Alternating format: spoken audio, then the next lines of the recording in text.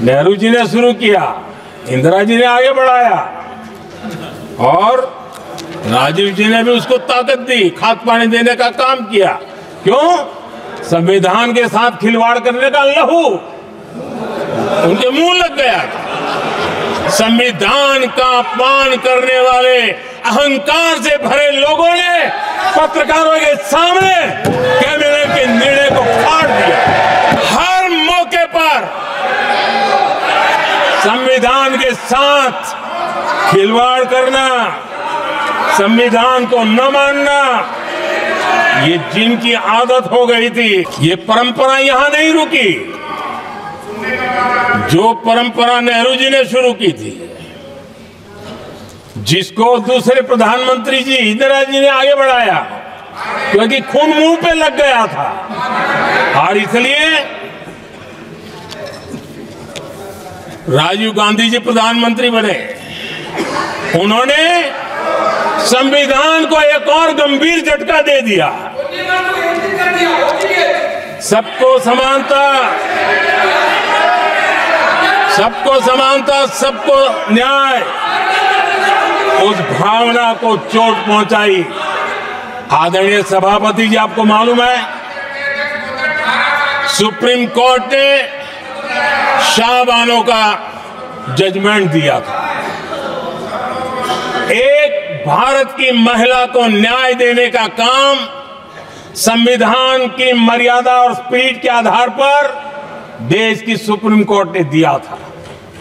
एक वृद्ध महिला को उसका हक मिला था सुप्रीम कोर्ट से, लेकिन उस समय के प्रधानमंत्री राजीव गांधी ने शाहबानो की उस भावना को, सुप्रीम कोर्ट की उस भावना को नकार दिया और उन्होंने वोट बैंक की राजनीति के खातिर संविधान की भावना को बलि चढ़ा दिया और कट्टरपंथियों के सामने सर झुकाने का काम कर दिया। उन्होंने न्याय के लिए तड़प रही एक वृद्ध महिला को साथ देने के बजाय उन्होंने कट्टरपंथियों का साथ दिया। संसद में कानून बना करके सुप्रीम कोर्ट के निर्णय को फिर एक बार पलट दिया गया। आदरणीय सभापति जी, बात वहां से नहीं अटकी है।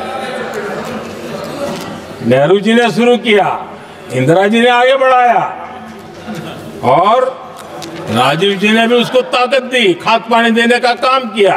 क्यों? संविधान के साथ खिलवाड़ करने का लहू उनके मुंह लग गया था। आदरणीय सभापति जी, अगली पीढ़ी भी इसी खिलवाड़ में जुड़ी पड़ी है। एक किताब को मैं कोट कर रहा हूं, उस किताब में जो लिखा गया है और उसमें प्रधानमंत्री उस समय के मेरे पहले जो प्रधानमंत्री थे उनको कोट किया है। उन्होंने कहा है, मुझे यह स्वीकार करना होगा कि पार्टी अध्यक्ष सत्ता का केंद्र है। ये मनमोहन सिंह जी ने कहा है, जो किताब में लिखा गया है। मुझे यह स्वीकार करना होगा कि पार्टी अध्यक्ष सत्ता का केंद्र है। सरकार पार्टी के प्रति जवाबदेह है। इतिहास में पहली बार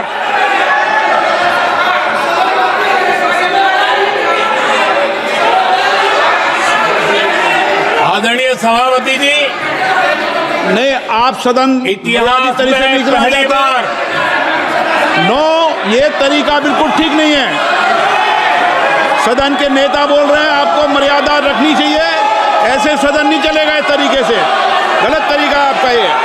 माननीय प्रधानमंत्री जी, आदरणीय सभापति जी, इतिहास में पहली बार संविधान को ऐसी गहरी चोट पहुंचा दी गई। संविधान निर्माताओं ने चुनी हुई सरकार और चुने हुए प्रधानमंत्री की कल्पना तक ही हमारा संविधान था, लेकिन इन्होंने तो प्रधानमंत्री के ऊपर एक गैर संवैधानिक और जिसने कोई शपथ भी नहीं लिया था नेशनल एडवाइजरी काउंसिल पीएमओ के भी ऊपर बैठा दिया,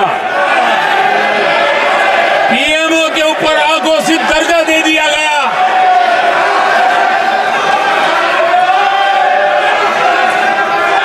आदरणीय सभापति जी, इतना ही नहीं और एक पीढ़ी आगे चले और उस पीढ़ी ने क्या किया, भारत के संविधान के तहत देश की जनता जनार्दन सरकार चुनती है और वो सरकार का मुखिया कैबिनेट बनाता है। ये संविधान के तहत है।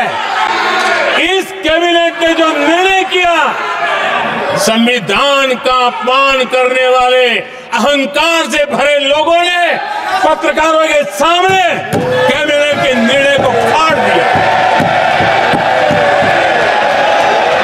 संविधान को हर मौके पर संविधान के साथ खिलवाड़ करना, संविधान को न मानना, ये जिनकी आदत हो गई थी। और दुर्भाग्य देखिए,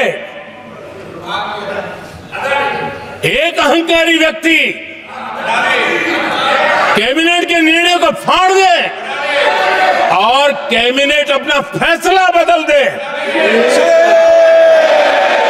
ये कौन सी व्यवस्था है? आदरणीय सभापति जी, मैं जो कुछ भी कह रहा हूं वो संविधान के साथ क्या हुआ उसी की बात कर रहा हूं। उस समय करने वाले पात्रों को लेकर किसी को परेशानी होती होगी, लेकिन बात संविधान की है। मेरे मन के और मेरे विचारों को मैं अभिव्यक्त नहीं कर रहा हूं।